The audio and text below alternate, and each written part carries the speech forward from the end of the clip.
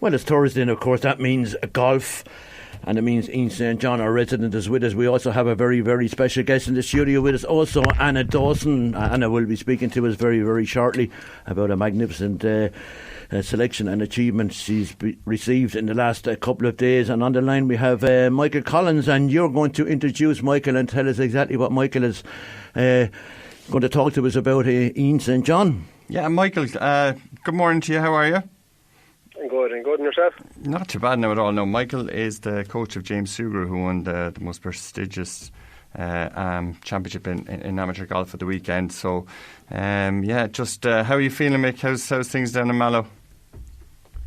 All good. It was very exciting here it still is really for the last number of days. But it's the conversation is pretty much all about his good win, and we're kind of, I suppose we're actually starting to come to terms that after happening now, really. And most of the day on Sunday, being kind of half afraid that I was going to wake up, So, and the schedule's kind of changed there for the next few weeks as well, I'd say, with the Open Championship up in Portrush and that. Yeah, you've got the Open in Portrush. His own schedule changed because he was withdrawn out of the individual in the European, Austria. Because, it was the right move, really, because he'd been exhausted after last week anyway. So we've got the Open now coming up. So is he going to the European Team Championships then next week as well?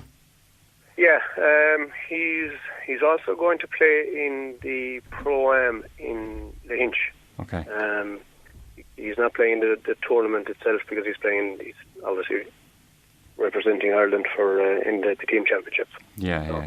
They kind of clash, so it's better off to commit to one and go for it, and he'll be ready then for his next step in Portrush. Yeah, excellent. And then, I suppose the major one is the Masters, I suppose, next April too. Coming to terms with that, I mean, a fantastic achievement just to get there in the US Open, I think, which is at Winged Foot. Yes, yeah, there are huge opportunities. Like there are huge windows and doors that are opening for him, and I suppose while you'll be getting excited about him, what's got him there in the first place is hard work and just keeping the head down, good attitude, and you kind of, I suppose it's very important that you don't lose sight of what got you there in the first place and how you're going to keep progressing forward. Yeah, and I was just looking at getting tied up in the excitement of the whole situation. Exactly, yeah. I was looking at pictures from I think it was the inter-county teams back in 2009. Actually, yourself was there with the Cork team, and I see with James, and I just actually flicked down through the other teams as well, and we've Anna in here as well, and Dawson, and we see Robin as well, at the time. Yeah, Robin, so I'd like to have two guys in the final of the amateur championship in the last 2 years. I mean, something must be good in Munster golf. Yeah, and it's gas. The two boys would have played quite a lot together, kind of at under 18 level. Yeah. Representing Ireland in different things, and like Robin is moving big time in the right way all the time. He's been steady improving over a good number of years, and I suppose Anna knows the amount of work that goes into it from the lads, and it's nice to see him getting their rewards. Yeah. And just going back a couple of years, when did you first become aware of James? Was it through the inter-county system? I know he's a member at your own club as well in Mallow. Was at the time when he was 9, 10, 12, 13, was there anything you worked on? He started at 7. Right. The programme in Mallow at the time kind of started kids, from pretty much whenever they were ready to swing. Mm. And there was a very healthy programme inside there, and James became part of that when he was 7 years of age, and that would have been a kind of a group sessions. And he'd been playing away and improving away. He was quite a good hurler as well. He'd been on Cork panels and teams and all that kind of stuff. So they'd have kind of complemented each other moving up along. And kind of at about 14, I think, I was thinking about this over the last few days. About 14, then we kind of started going down the line of more individual lessons. Mm. Because he was starting to show that little bit more promise. And he then won the Connacht Boys when he was 15. So at the under 18 level, was it? At under 18 level, yeah. So that was pretty much announcing himself then. So you know that he was good, but again, that's that only tells you he's good at the time, if you know what I mean. I know. But he's kept progressing. He's done well. To be fair to me, he won a youth event then when he was 18. When he was 17. Starting golf at the age of 7. Anna Dawson is here with us. What age were you when you started playing? I was about 8 or 9. Yeah. So that kind of the average, is it, Anna? Yeah. Well, Robin would have been around the same age when he started. We both started with the school in Feighlake National School, the First Tee of Ireland. All right. So with Derry Kiley. Oh, excellent, yeah. So, Mick, there must be an incredible feeling down there in Mallow just before we let you go, and as you said, extraordinary times ahead for him. Yeah, there's a great buzz around. I suppose there's people looking for tickets in all directions now for Port Rush. Yeah, it's good. I suppose we'll enjoy kind of the few days. He's taking a break now for a few days himself, and it's a case of kind of getting back in the wagon then and start working hard again for his next step, because it's only opening a door. You still have to work hard to get through it. So yeah, exactly. Yeah, it's going to be good. Great stuff. I mean, just looking at his results as well over the last while, he's been leading up. He was 17th, I think, down the match play stage, I think, in Cape Town. 11 back in the West. 14th at the Latham. Top 10 in the South African amateur. Yeah, that's right. In Stellenbosch, that's right. 23rd at the St Andrew Links only a couple of weeks back. So. Right. We have the US Amateur Championship coming up too, which will be at Pinehurst. It's like a bucket list of golf courses you want to play. I know. It's very envious of it all. Yeah, it's funny actually. He was doing quite well in St Andrews, and probably by his own standards at the week final round, and I think that really set him going then for the amateur, which was obviously no harm. Yeah.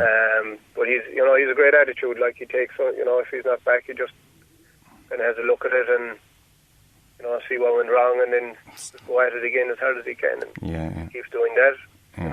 And from a coaching point of view, is there anything technical that you've been working on the last year or two, or has it just been a steady progression? I mean, looking at his swing, what I couldn't get over was that just the rhythm of it was absolutely fantastic, and such a powerful swing with such grace, if you know what I mean. So, credit to you as well and the team. Well, I suppose that's where the hurling came in. Like, when you're from a very young age, when a fella's swinging a hurley, he's going to start generating a lot of power. So it's just trying to channel that into his golf swing. But I think the big change over the last 6 months has been his putting. He's always been a very good striker and probably more of a streaky putter. And it's kind of something that he identified himself, I suppose, from playing in the top tournaments, that he could hit it as good, if not better, than most of the fellas he was playing with, from tee to green. But they were just that he just wasn't holding his fair share, and we've done a nice bit of putting over the last couple of months, and it looks to be paying off. Yeah. He definitely put it quite well in the amateur, as you would have to, obviously. Yeah, of course. Not going to win these things if there's anything off. Yeah, and just look at the steady golf the whole way through. I mean, in these championships, the course are so tough. It's a level par 1-2 under. We'll get the job done nearly in every round. But like the standard of golf in the final was crazy. Yeah, to be honest. 15 birdies, I think, were traded between the two, wasn't it? Yeah. For the afternoon, James was 2 under for the 16 holes. The first 16 holes, and he was 3 down. That's right. Yeah, Ewan was 5 under, wasn't it? 5 under for 16 at the back. Like, after on your 9th round of the week. Yeah. That's fair resilience. Yeah, when you think about the fatigue and that to be kicking in as well, Yeah, you would think that, there'd be a few slack shots. Even I just watching a few of the highlights last night, you were looking at him, like James missed the green on 15 and made bogey, and you're saying, he missed the green, but it's a 201 yard hole, like. Yeah. So, like, it's 7,400 yard golf course. Sometimes when you're looking at it from the fairway or the green back, it looks an awful lot shorter. Yeah. But they were hitting seriously high quality shots between the two of them all day long. So. In particular, the wind, it was gusting up to 25 or 30 miles an hour at some stage, I think, too, as well, like on a very tough golf course, as you said. Yeah, it's an impressive golf course, brilliant golf course for that level of tournament, because it really does test them.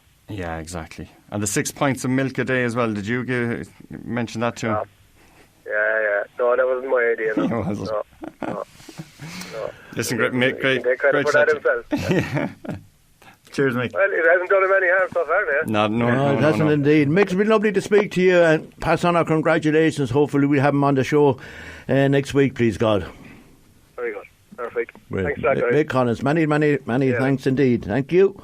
That's Mick Collins there. Lovely to have them, and what an achievement it was by young James Sugrue. As we said, we have Anna Dawson with us and Ian St. John. Ian, I don't have to introduce you to Anna. You go back quite a while. Yeah, I remember.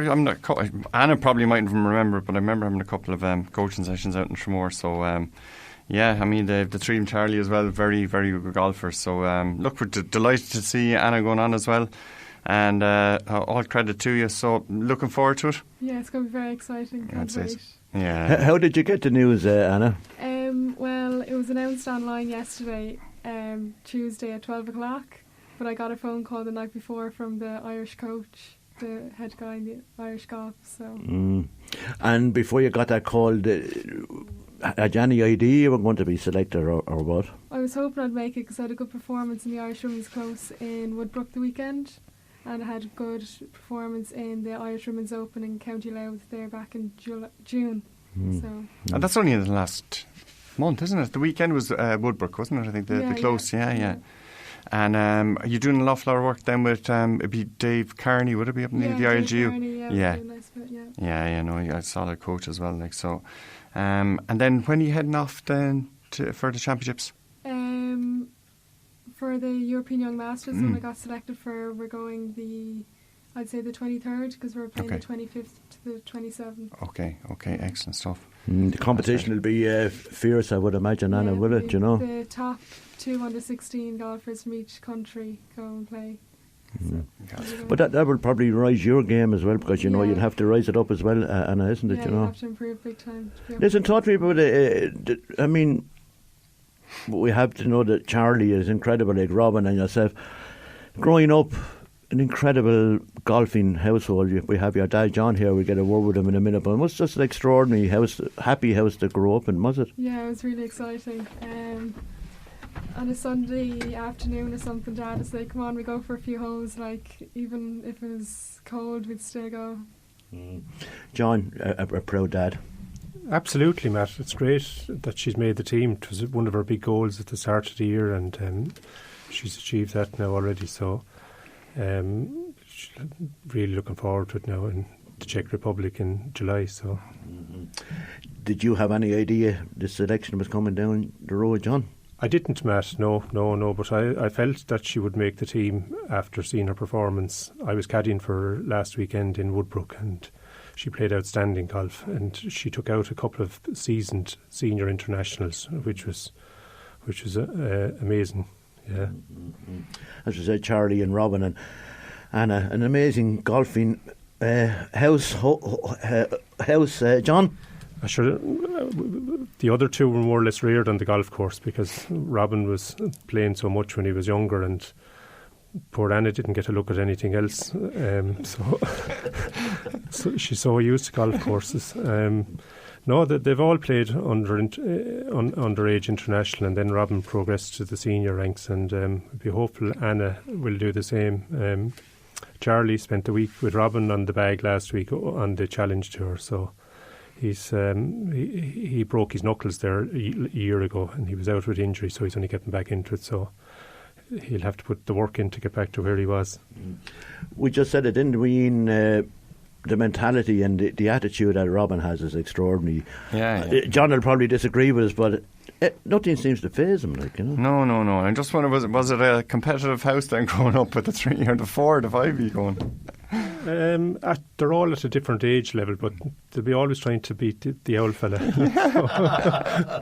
So they're making good work of it at the moment. No, like as you said, I mean the attitude. What really impressed me, I suppose, just going back last year was Robin, when unfortunately he lost the amateur championship, and the following week to go on and finish second at the European individual, I thought was unbelievable, because I mean, with the prize and everything that was at stake, and to come so close, to go so close, I think.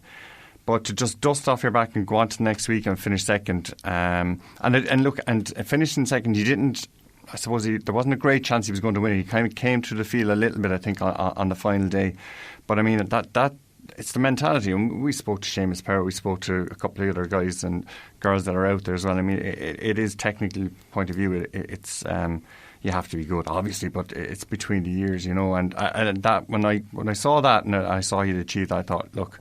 Yeah, he'll be fine. And he could go on to do great things. And particularly when we asked him, I think it was 2 or 3 weeks ago, what was his favourite major, because I think we were reviewing, it might have been the Masters of the US Open we had him in, and he said he'd like to become the first Irishman to win the Masters. And you could see it in his eyes that, yeah, you know, and it's a definite possibility. And he's doing okay now in the Challenge Tour as well. I mean, he's 80th in the rankings, a couple of missed cuts, but he's had a good couple of performances too. It's a bit of a learning curve. He tees off at, I think, 20 to 9 on Thursday morning. So, again, we'll be all following him, Anna and the rest of them that are out there. It's a great golfing family, and I didn't know the two were coming in, so it's a great pleasure to see him because I haven't seen him in so long, you know. Yeah. Anna, looking down the road, eventually, would you like to make a career out of the sport of golf? Yeah, I would really like to make a career. It'd be nice to travel the world. In loads of different courses. Yeah, so that's your ultimate ambition, is it? You know, and I think ladies golf, it's a growing in, is it? You know, it's getting really popular on TV, isn't it? No, I've been watching it all week, and you know the crowds and everything is great. Yeah, well, like I mean, of course it is. It's wonderful to watch. Like some of the best players are coming from South Korea and everything like that. But we have a couple of Irish girls there as well on the Maguire, and Stephanie Meadow as well. So, I mean, hopefully Anna coming through and a few others. There's great talent out there. Fortunately enough, they're from Ireland, you know, and fortunately enough, they're coming from Munster, and fortunately enough, again, they're coming from Waterford, you know. So, we're I mean, it's a time to be very, very proud. And Anna as well coming through, it's absolutely fantastic to see them because it's so close to home, you know. Yeah. Do you spend much time practicing out there in Tramore, Anna? How many hours a week would you put in? Well, I'd play in Tramore Gubba and I also play in Fate Leg, so mixture between both. Right, yeah. Would you get out most days, or does your school come into it and that? You know, I just finished transition year there in the Ursuline, so I had a nice break. So you had a year off transition year, so you spend more time on the golf course than you did in the classroom, is it? I'd say I did. And Anna, is there anything specifically you've been working on for the last year, 6 months, or anything that's clicked, or in terms of your practice, in terms of your coaching, in terms of your attitude towards playing, or that? Well, my short game has tightened up a good bit and I'm striking the ball a lot better now because I've had a nice few lessons over the winter. Okay, so. Yeah. Okay, brilliant stuff. Great to have you in, Anna. Yeah, cheers, Anna. Great. We wish you the very, very best of luck out there in the Czech Republic, is it? Yeah, thank you very much. It's brilliant. Ian, we've about 2 minutes to the Irish Open. You're heading up. Oh, next week. Yeah, looking forward to getting down there now for a couple of days. One player I'm looking forward to seeing is actually Louis Oosthuizen. He's one of the best swingers in the game, so hopefully get up close and see what it's like in real time. If Poulter's there as well, and Tommy Fleetwood at the Irish Open. Yeah, it's hosted by Paul McGinley, sponsored by Dubai Duty Free. One sort of controversial thing was with James just winning at the weekend. I know he's playing in the European Team Championships, and I know that he is playing in the Pro-Am, but I just thought that maybe, I don't know, I don't know the ins and outs of it. I know these tournaments take months and years for you to organise, but I just thought a spot there in the Irish Championship would have been maybe the right thing to do, considering he's going to be playing the Masters, considering he's going to be playing in the British Open, and considering he's going to be playing the US Open. So, look, small thing, but look, I know it won't face him right like that, but I just thought something maybe could have been done. I don't know. But look, we were talking about Robin earlier on. Gary Hurley's playing as well. He's teeing off at 9 o'clock. On the PGA Tour, we have our own Seamus Power. He's currently 122nd, so could really do with maybe. Yeah, last week, I mean, it's great. He shot 4 under. And then was a level par. It kind of went. Yeah, a little bit. But I see Justin Parsons post up his coach now, who's from the north as well, and who was director of instruction down in Dubai, and is in the famous Sea Island, Georgia. I saw a couple of videos that he put up of Seamus, and he looks to be swinging very well and very powerful, actually, very, very powerful. So look, he's playing at 7:55. They're in Detroit for the Rocket Mortgage Classic, but I'm sure he'll be on the flight home, hopefully Sunday, not Friday or Saturday, back here, because he's playing Lynch the next week. And also on the European Tour, we're in Valderrama. Garcia's going for 3 in a row. Our own Paul Dunn tees off at 2. Gavin Moynihan's at 10, and Michael Hoey is out from the north, who won the Amateur Championship good few years back now as well. Tees off at 3. So Lynch next week should be good. Hopefully the weather will be decent. And just can't get down there. Can't wait to get down there and see the difference between, because I've seen the South obviously a good few times. It'd be interesting seeing a pro event down there, John, when Anna heads off to the Czech Republic now and Robin is out in Rome, surely you can't relax at home, do you? You must be keeping tabs on him any which way you can, sort of thing. You'd be on your nerves all right, Matt, to be honest with you. Yeah, you're constantly watching the computer to get updated scores. Refreshing it. Yeah. But it's kind of, with social media and that now, you just click a button and you know exactly what they're doing, kind of thing. It's actually easier when you're there. Is it? It is, yeah. It is. And would you get away every so often to these places to watch them? I do as much as I can. I try to get away as much as I can. Yeah. Yeah. Okay, great to have you in, John. Thanks, Matt. And many thanks for getting Katie in, or Anna in at late notice. Anna, as we said, we'll all be keeping tabs on you. Thank you very much. Yeah, we're really looking forward to the end of July, keeping tabs on another Dawson. It's fantastic, Ian, isn't it? It's brilliant, 3, 3 of them, as I said. Charlie, great player as well. So and so close to home, and Irish internationals people keep forgetting, it's the country, they're playing for the country. So it's great to see, that's brilliant. And I've no doubt they'll be making headlines all over the place in the next few years as well. Brilliant stuff indeed. That's Ian St. John. We had John Dawson. Our special guest this week was Anna Dawson, and many thanks also to Michael Collins and Robert James Sugrew's coach. That's it for this week. We'll be back again next week.